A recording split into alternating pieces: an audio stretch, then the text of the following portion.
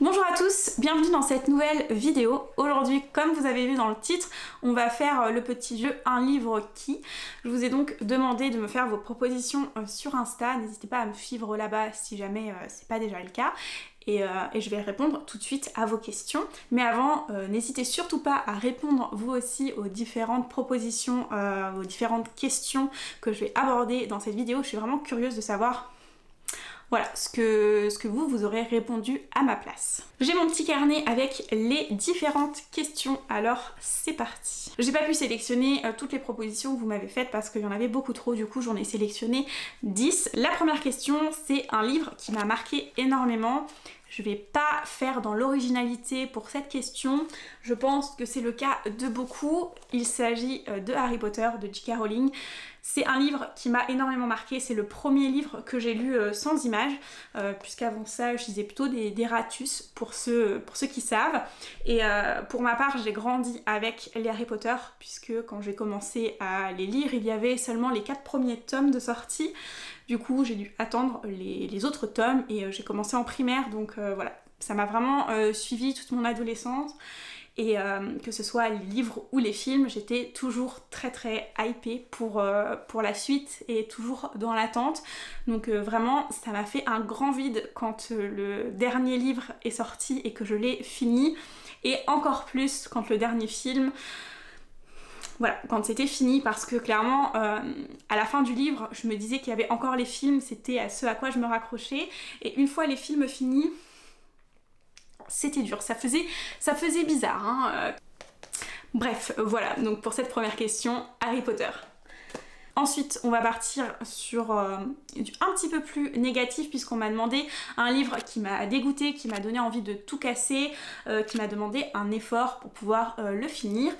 Et ce livre-là, il s'agit de La Nuit des Temps de René Barjavel. Je sais que pour beaucoup c'est un coup de cœur ce livre, mais clairement avec moi ça ne l'a pas fait du tout. Ça a été un calvaire pas possible pour le finir. J'ai quand même tenu bon parce que il rentrait dans la catégorie du mois du challenge SFFF quand je l'ai lu, donc je voulais gagner mes points et je le lisais aussi en LC avec le Galactic Book Club. Donc voilà, j'ai tenu jusqu'au bout, j'ai souffert jusqu'au bout, mais vraiment quand je vous dis que j'ai souffert, c'était vraiment le cas parce que le sexisme vraiment est omniprésent dans ce livre, toutes les 2-3 pages, surtout à partir du moment où le personnage de Eléa apparaît. Ça prend une proportion énorme. Il n'y a pas que ça, il y a aussi un peu de racisme et de grossophobie dedans, mais c'est moins présent que le sexisme, c'est vraiment ce qui ressort le plus dans ce livre. Et clairement ça m'a pas du tout permis de rentrer dans l'histoire, de m'attacher au personnage. C'était vraiment trop présent, mais quand je vous dis trop présent et que je vous dis qu'il y en avait toutes les 2 pages, c'est que c'était vraiment le cas. Que ce soit Eléa qui était juste là pour être la femme la plus jolie et être décrite, voilà, à tort et à travers de 1001 façons différentes, et qui en plus était la plupart du temps à poil. Voilà, clairement la femme objet dans ce livre, Eléa est tout à fait ce genre de personnage. Il est aussi dit dans ce livre que le cerveau de la femme est plus petit que l'homme, et du coup qu'elle est beaucoup moins intelligente, forcément. Voilà, qu'elle est utile seulement pour sa beauté, pour féconder, c'est le rôle de la femme. Elle n'a aucune connaissance. C'est vraiment ce qui est dit dans ce livre, et...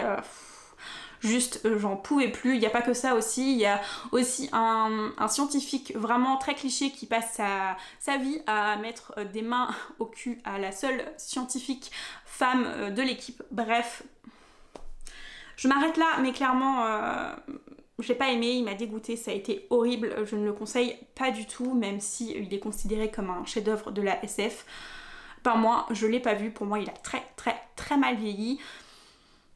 Ensuite, on m'a aussi demandé un livre qui se sirote, dans le sens, voilà, dans lequel on a envie de prendre le temps, de le savourer, de le faire durer. Et pour ma part, il s'agit de L'Assassin Royal de Robin Hobb, ou en tout cas tout l'univers qu'il y a autour, donc j'imagine avec les aventuriers de la mer, le fou et l'assassin, tout cet univers-là, j'ai envie de prendre mon temps pour le lire parce que vraiment, j'adore.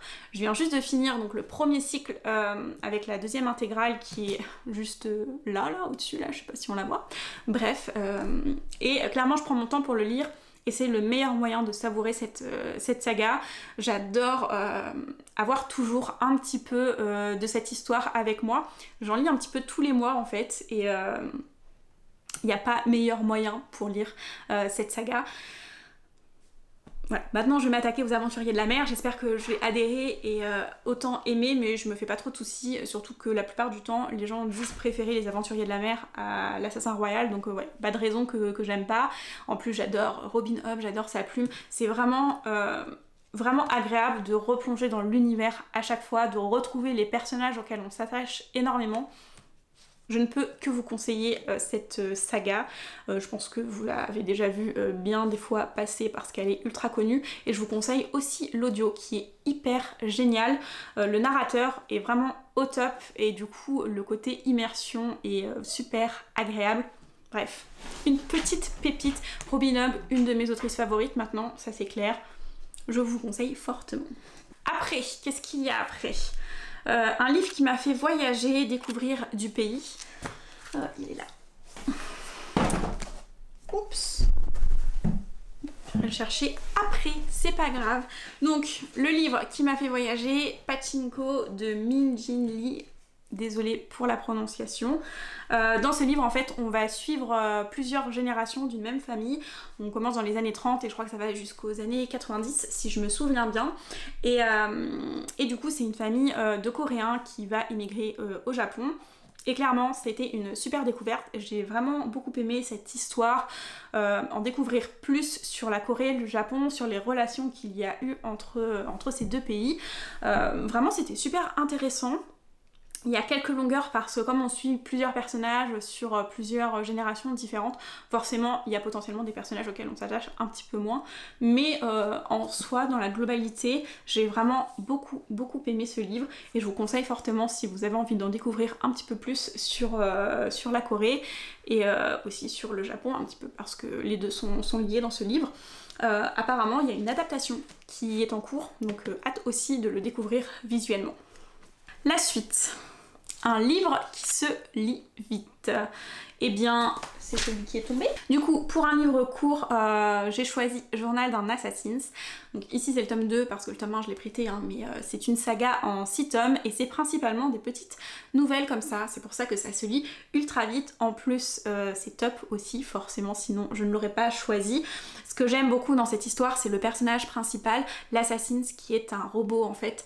Et qui a quelques petites particularités parce que suite à son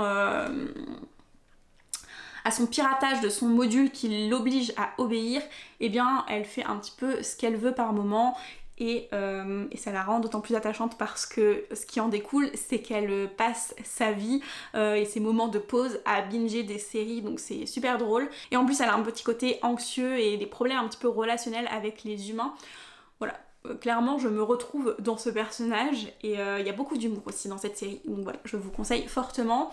Je suis très curieuse d'arriver au tome 5 parce que c'est le seul pour l'instant de la série qui fait 400 pages, donc c'est un roman plutôt qu'une nouvelle.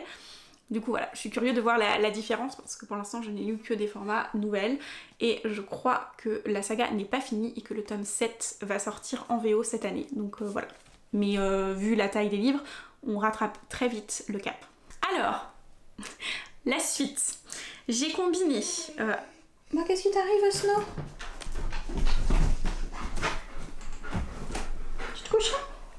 Oh, non mais... Où est mon bébé? Alors, je disais donc, pour la suite, j'ai combiné les questions, un livre qui te fait du bien, qui te rend heureuse, avec un livre à lire absolument en SF. Alors oui, je vais vous parler de Becky Chambers parce que clairement, elle fait partie de mes autrices préférée, je crois que je l'ai mal dit, bref, vous m'avez compris. Comment vous parler de ce livre? C'est une pépite, vraiment une pépite. Becky Chambers, elle fait surtout de la SF positif, et vraiment, quand je dis positif, c'est que c'est vraiment le cas, puisque c'est un livre hyper bienveillant, inclusif, qui donne la bonne humeur. Vraiment, c'est ça. Quand je lis le livre de l'espace d'un an ou les autres livres de la saga, je reprends foi en l'humanité. C'est pour vous dire, parce que clairement, je suis plutôt du côté pessimiste à ce niveau-là. Mais quand je lis du Becky Chambers, j'ai envie d'y croire, quoi. J'ai envie de croire à une humanité qui est bienveillante, comme ces personnages auxquels on s'attache énormément. Au final, dans ce livre, on va surtout se concentrer sur les personnages, leurs interactions, leurs relations, leurs émotions, leur façon de voir les choses, puisque va y avoir des espèces différentes avec des cultures différentes, des façons de penser différentes. C'est hyper bienveillant, hyper inclusif. Comme je disais, j'adore, franchement, c'est une pépite, je vous le conseille à fond. Alors, on en est où ? Un livre qui surprend. Alors là, j'en ai mis 2 parce que je savais pas lequel choisir. Mais dans les livres qui m'ont surpris, il y a Sémosis de Sue Burke. Dans ce livre, on va suivre un groupe d'humains qui va atterrir sur une autre planète qu'ils vont nommer Pax dans l'espoir de recréer une civilisation tout en évitant les erreurs qui a été fait sur Terre. Bien sûr, il y a tout un écosystème totalement différent sur cette planète et ils vont devoir s'y habituer et faire leur vie autour de ces nouveaux environnements. Ce qui est super intéressant et ce qui m'a surpris dans ces livres, c'est un des personnages qui vraiment est hors du commun. Je l'ai jamais vu, jamais rencontré nulle part et je ne pense pas rencontrer un personnage de ce type de sitôt. Et c'est ça qui fait toute la force de ce livre, c'est vraiment ce qui m'a conquis le plus, c'est ce personnage en question. J'ai pas trop envie de vous en dire plus sur lui parce que voilà, je pourrais vous dévoiler sa nature parce qu'on la connaît assez rapidement et je sais que certains n'hésitent pas à le dire dans leurs avis, mais moi je le savais pas et je trouve que la découverte vaut vraiment le coup, donc voilà, je préfère pas vous en dire plus. Donc ça c'est la version VO, mais il a été traduit en français. Hein. Voilà pour ce livre qui m'a énormément surpris. J'en ai choisi un autre. Il s'agit de Children of Time et là aussi, j'ai un épaule de snow qui vole. Là aussi j'ai été très surprise par ce livre. Je l'ai en français celui-ci. Il a été traduit sous le nom Dans la toile du temps, donc c'est de Adrian Tchaikovsky, je sais plus si je l'ai dit. Ce qui m'a surpris dans ce livre, c'est aussi certains des personnages. Donc là, je vais vous mentionner leur nature dès le début parce qu'on le sait dès le second chapitre, je crois, et c'est pas ce qui est le plus important dans l'histoire. Donc en fait, on va suivre des fourmis qui vont évoluer grâce à un nanovirus qui va leur permettre de développer une intelligence assez rapidement. Et du coup, ils vont partir d'une fourmi assez solitaire à créer toute une civilisation. Et c'est ultra intéressant, même si vous n'êtes pas trop fan. J'ai dit fourmis depuis le début ? Je sais plus ce que j'ai dit. Mais c'est pas des fourmis, c'est des araignées. Je sais plus ce que j'ai dit. Bref, du coup, c'est des araignées qu'on va suivre et qui vont évoluer au fur et à mesure de ce livre. Il n'y a pas que cette histoire, il y a une autre histoire en parallèle avec des humains et ça va se relier. Mais voilà, cette évolution des araignées, cette civilisation qui est créée avec un point de vue totalement différent, une évolution différente que nous, en tant qu'homo sapiens, on a pu avoir. C'est ultra intéressant et c'est ultra bien pensé par l'auteur.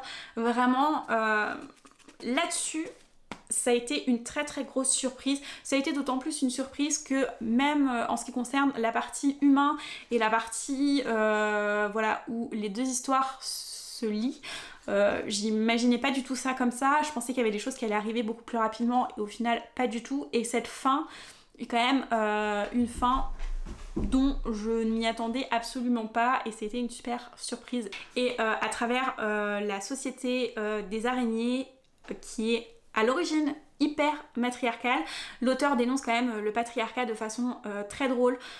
Franchement, j'ai adoré cette partie, c'était génial et il n'y a pas que ça aussi. Il y a franchement de beaux messages que l'auteur fait passer à travers ce livre, donc clairement je vous le conseille pour bien des points. Alors, vous avez été très nombreux à me la demander celle-ci, c'est en gros un livre qui m'a fait pleurer. Autant vous dire que c'est pas forcément la question à laquelle... Enfin, c'est pas forcément la question qu'il faut me poser. Il faudrait plutôt me poser la question inverse parce que je pleure tellement facilement que voilà. Il y a beaucoup de livres sur lesquels j'ai eu les larmes aux yeux. Mais bon, je vais quand même vous parler de ceux qui m'ont fait le plus pleurer et notamment de Sidération. Donc je l'ai pas avec moi, je l'ai prêté. Mais j'ai pleuré toutes les larmes de mon corps avec ce livre. Clairement j'avais les larmes aux yeux à chaque chapitre, et les chapitres font 3-4 pages dans ce livre. Donc c'est pour vous dire à quel point j'ai énormément pleuré.